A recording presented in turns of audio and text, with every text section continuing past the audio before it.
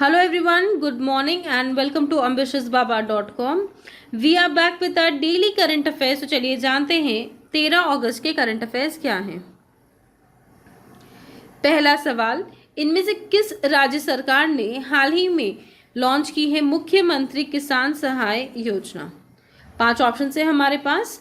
तो चलिए, the answer is C, Gujarat. हाल ही में गुजरात के मुख्यमंत्री ने वहां के किसानों के लिए लॉन्च की है मुख्यमंत्री किसान सहाय योजना। इस योजना के तहत उनका मानना है कि लगभग 54 लाख हमारे फार्मर्स हैं, उनको फ़ायदा होगा। इस स्कीम के तहत वो 1 लाख रुपए तक का मुआवजा अनाउंस कर रहे हैं गुजरात के किसानों के लिए, और ये मुआवजा दिया जाएगा अप टू 4 हेक्टेयर, यानी कि 4 हेक्टेयर की भूमि तक ये मुआवजा दिया जाएगा।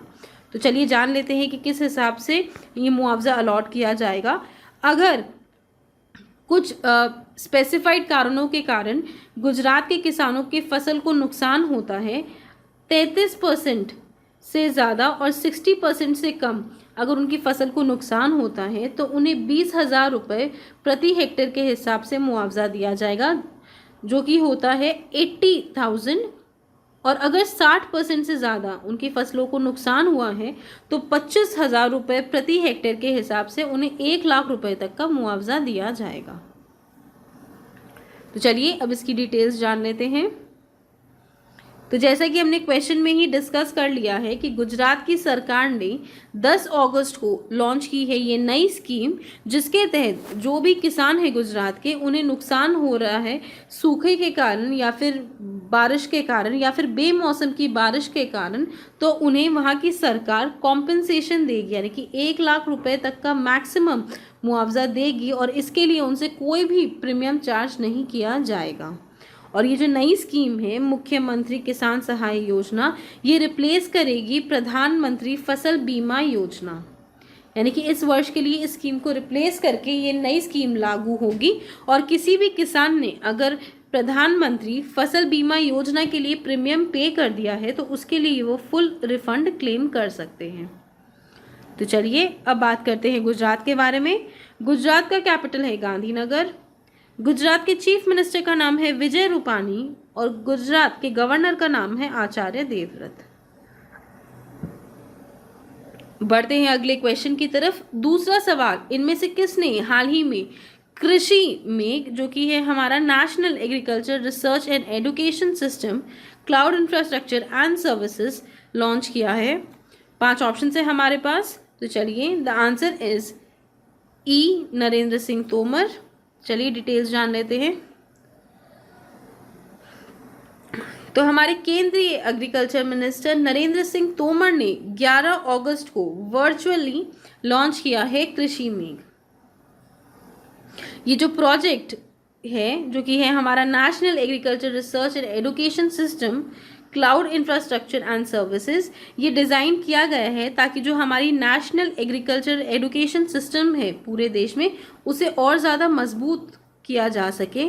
और इसके अलावा इनका जो ऑब्जेक्टिव है या फिर जो एजेंडा है कि जो हमारे यूनिवर्सिटी स्टूडेंट्स हैं, यानी कि एग्रीकल्चरल यूनिवर्सिटी स्टूडेंट्स हैं, उन्हें और ज़्यादा रेलेवेंट और हाई क्वालिटी एजुकेशन प्रोवाइड करवाया जा सके। इसके तहत जो भी रिसेंट में हमारी रिसर्च हुई है या इतने साल का जो रिसर्च है एग्रीकल्चर को लेके, उसे डिजिटली स्टोर किया जाएगा। डिजिटली कुछ क्लाउड्स में उसे स्टोर किया जाएगा ताकि जो आने वाली पीढ़ी है वो इसका फ़ायदा उठा सके और ये इंफॉर्मेशन डैमेज या मिसप्लेस नहीं हो जाए। चलिए बढ़ते हैं तीसरे क्वेश्चन की तरफ। तीसरा सवाल, इनमें से किसने हाल ही में आत्मनिर्भर सप्ताह, जो कि होगा from 7th to 14th of August, launch किया है। 5 ऑप्शन है हमारे पास। तो चलिए, the answer is D, Rajnath Singh.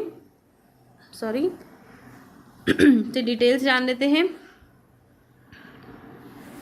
हाल ही में जो हमारे डिफेंस मिनिस्टर है राजनाथ सिंह, उन्होंने 10 अगस्त को वीडियो कॉन्फ्रेंसिंग के माध्यम से लॉन्च किया है आत्मनिर्भर भारत वीक, यानी कि ये जो सप्ताह है 7 अगस्त से 14 अगस्त ये ऑब्जर्व किया जाएगा एज आत्मनिर्भर भारत वीक। इसमें जो हमारा मेक इन इंडिया का जो एजेंडा है उसे और ज़्यादा बढ़ोतरी मिलेगी।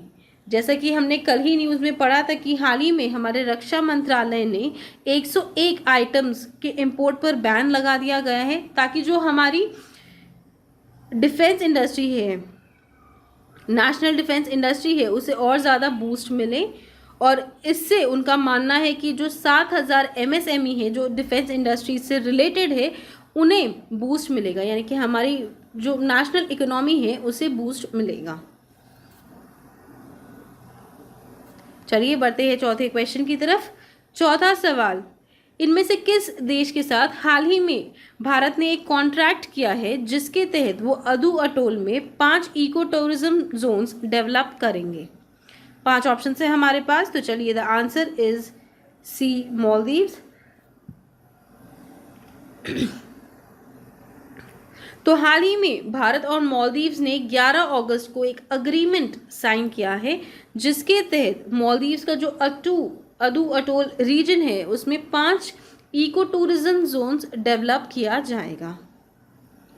और ये जो इको टूरिज्म जोन्स हैं ये हिस्सा है high impact community development project scheme का, और जिसमें टोटल में भारत ग्रांट असिस्टेंस देगी मालदीव्स को ऑफ 5.5 मिलियन US डॉलर्स। तो चलिए अब मालदीव्स के बारे में बात कर लेते हैं। मालदीव्स का कैपिटल है माले और मालदीव्स की करेंसी है मालदीवियन रुपया। बढ़ते हैं 5वें क्वेश्चन की तरफ। 5वां सवाल, इनमें से किस देश के प्रधानमंत्री हसन दियाब ने हाल ही में रेजिग्नेशन सबमिट किया है? 5 ऑप्शन है हमारे पास। चलिए the answer is D, Lebanon. हाल ही में लेबनान के प्रधानमंत्री हसन दियाब ने अपना रेजिग्नेशन सबमिट किया है। चलिए डिटेल्स जान लेते हैं। तो जैसा कि हमने क्वेश्चन में ही पढ़ा है कि लेबनान के जो प्रधानमंत्री हैं हसन दियाब ने, उन्होंने हाल ही में रेजिग्नेशन सबमिट किया है और वहाँ के राष्ट्रपति माइकल ऑन ने उनका रेजिग्नेशन 10 अगस्त को एक्सेप्ट किया है। जैसा कि आप जानते हैं कि लेबनान में एक भयंकर ब्लास्ट हुआ था हाल ही में, और इसके लिए लेबनान की सरकार को ब्लेम किया जा रहा था। और हसन दियाब जो वहाँ की प्रधानमंत्री हैं, उन्होंने करप्शन, एंडेमिक करप्शन को ब्लेम किया है। इसके लिए वहाँ पर टन्स और टन्स के अमोनियम नाइट्रेट ब्लास्ट कर गए थे एक शिपिंग पोर्ट पे, और जिससे बहुत भारी नुकसान हुआ है लेबनान की कैपिटल सिटी बेरूत को। तो चलिए अब बात कर लेते हैं लेबनान के बारे में। लेबनान का कैपिटल है बेरूत और लेबनान की करेंसी है लेबनीज पाउंड। बढ़ते हैं छठे क्वेश्चन की तरफ। छठा सवाल, इनमें से कौन से बैंक को हाल ही में RBI की मंजूरी मिल गई है जिसके तहत वो नॉन फाइनेंशियली सब्सिडियरी सेटअप कर सकते हैं?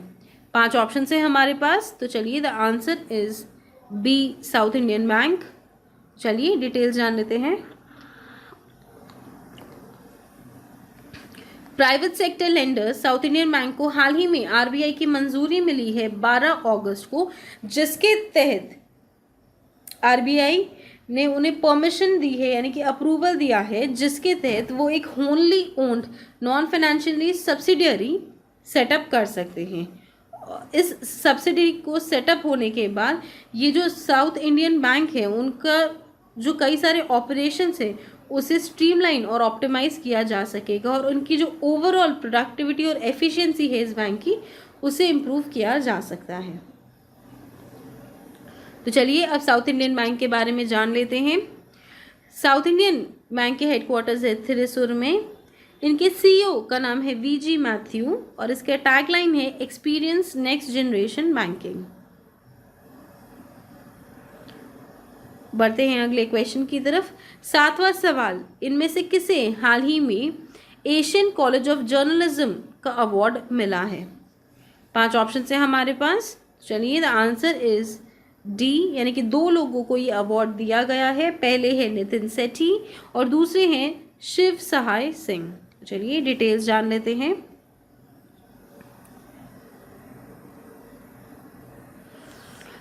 तो जैसा कि हमने क्वेश्चन में ही पढ़ा है कि नितिन सेठी और शिव सहाय सिंह को हाल ही में विनर्स घोषित किया है of the Asian college of journalism award का। फॉर इन्वेस्टिगेटिव जर्नलिज्म और दूसरा KP. Narayan Kumar memorial award for social impact journalism respectively. तो चलिए बात करते हैं कि इनको इंडिविजुअली किस कारण से मिला है। तो नितिन सेठी को इन्वेस्टिगेटिव जर्नलिज्म के लिए अवार्ड मिला है, जिसमें उनकी जो ये 6 पार्ट सीरीज है पैसा पॉलिटिक्स, उसके ऊपर उन्हें दिया गया और जो पब्लिश किया था हफिंगटन पोस्ट इंडिया ने। इसके अलावा जो शिव सहाय सिंह हैं उन्हें inaugural social impact journalism award मिला है उनकी story death by digital exclusion के लिए, जो फोकस करता है on faculty public distribution system in Jharkhand और जो पब्लिश की थी न्यूज़पेपर द हिंदू ने। बढ़ते हैं अगले क्वेश्चन की तरफ। 8वां सवाल, our only home a climate appeal to the world के लेखक कौन है? 5 ऑप्शन है हमारे पास। तो चलिए the answer is E Dalai Lama. Dalai Lama इस किताब के लेखक है जिसका नाम है our only home a climate appeal to the world. तो चलिए डिटेल्स जान लेते हैं।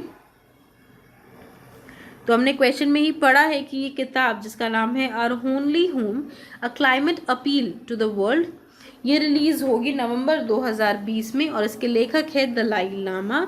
इसके अलावा जो इनकी किताब थी 2019 की पब्लिकेशन जो बच्चों को डेडिकेट की गई थी, जिसका नाम था the seed of compassions lessons from the life and teachings of his holiness and Dalai Lama, और उनके कई सारे प्रीवियस बुक्स जिसमें उनकी ऑटोग्राफिक और ऑटोबायोग्राफी और फिलॉसफी इंक्लूडेड है, उसके बारे में भी चर्चा है। चलिए बढ़ते हैं 9वें क्वेश्चन की तरफ। 9वां सवाल, विश्व से शेर दिवस हर साल किस दिन मनाया जाता है? 5 ऑप्शन है हमारे पास। तो चलिए द आंसर इज ए 10 अगस्त। 10 अगस्त को हर साल ग्लोबली वर्ल्ड लायन डे मनाया जाता है। तो चलिए डिटेल्स जान लेते हैं। तो जैसा कि हमने क्वेश्चन में ही पढ़ा है कि वर्ल्ड लायन डे हर साल 10 अगस्त को मनाया जाता है और इसका मकसद यही है कि जो हमारे जो लायंस हैं उनके बारे में लोगों को जागरूक कराया जाए कि कितना ज़्यादा इम्पॉर्टेंट है कि उनको हम प्रिजर्व कर सके और उन्हें कंजर्व कर सके। बिकॉज ये जो लायन है, जिसे बिग कैट भी कहा जाता है, वो IUCN की रेड लिस्ट में आता है एज द एंडेंजर्ड स्पीशीज। इसके अलावा भारत में 5 टाइप्स के लायंस पाए जाते हैं। पहला है एशियाटिक लायन, दूसरा है रॉयल बंगाल टाइगर, तीसरा है इंडियन लेपर्ड, चौथा है क्लाउडेड लेपर्ड और 5वां है स्नो लेपर्ड। चलिए बढ़ते हैं आज के आखिरी क्वेश्चन की तरफ। 10वां सवाल, किस दिन इंटरनेशनल यूथ डे हर साल मनाया जाता है? 5 ऑप्शन है हमारे पास। तो चलिए द आंसर इज बी 12 अगस्त।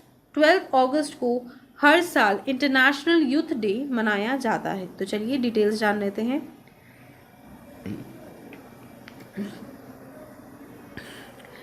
तो जैसा कि हमने क्वेश्चन में ही पढ़ा है कि इंटरनेशनल यूथ डे पहली बार यूनाइटेड नेशंस ने, ये आइडिया उनके मन में आया था इन द ईयर 1999, जिसके तहत जो हमारी युवा पीढ़ी है उनसे रिलेटेड जो भी कल्चरल और लीगल इश्यूज़ हैं उनको एड्रेस किया जाएगा और उसके बारे में अवेयरनेस फैलाई जाएगी। पहली बार ये मनाया गया था 12 अगस्त 2000 में और तब से हर साल मनाया जा रहा है इंटरनेशनल यूथ डे ऑन 12 अगस्त। और हमारा 2020 का थीम है youth engagement for global action. तो चलिए एक बार रिवीजन कर लेते हैं कि अगस्त में कौन कौन से इंपॉर्टेंट डेज हैं। 1 अगस्त को मनाया जाता है national mountain climbing day and Yorkshire day. 6 अगस्त को मनाया जाता है हिरोशिमा डे, बिकॉज इसमें एक यूएस ने एक बॉम्ब डाला था हिरोशिमा पर, जिसके बाद जापान को वर्ल्ड वॉर 2 में सरेंडर करना पड़ा था। इसका नाम था लिटिल बॉय। 8 अगस्त को मनाया जाता है क्विट इंडिया मूवमेंट डे, जिसे भारत छोड़ो आंदोलन भी कहा जाता है। 9 अगस्त को मनाया जाता है नागासाकी डे, बिकॉज इस दिन भी एक बॉम्ब ड्रॉप हुआ था जापान के सिटी नागासाकी पे, जिसका नाम था फैट बॉय। इसके अलावा 9 अगस्त को मनाया जाता है world tribal day and international day of the world's indigenous peoples.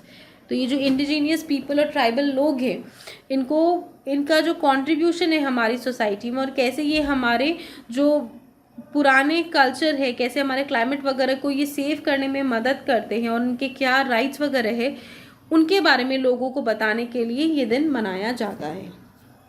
तो चलिए, with this we come to the end of today's class. I hope आपको ये वीडियो पसंद आया हो। अगर ये वीडियो पसंद आए तो इसे लाइक कीजिए, अपने दोस्तों के साथ शेयर कीजिए और हमारे चैनल एम्बिशियस बाबा को सब्सक्राइब ज़रूर कीजिए। Also please visit this website test.ambitiousbaba.com, जहाँ पर आपको कई सारे मॉक टेस्ट मिल जाएंगे अलग अलग सब्जेक्ट्स और एग्जाम्स रिलेटेड, चाहे वो बैंकिंग रिलेटेड हो, एसएससी हो, रेलवे हो, जैब हो, कैब हो या फिर पैरा 13.2 हो। इस वेबसाइट पर जाकर आप डायरेक्टली मॉक टेस्ट परचेज कर सकते हैं और उसके बाद आप उसे एक्सेस कर पाएंगे अपने अकाउंट में 24/7।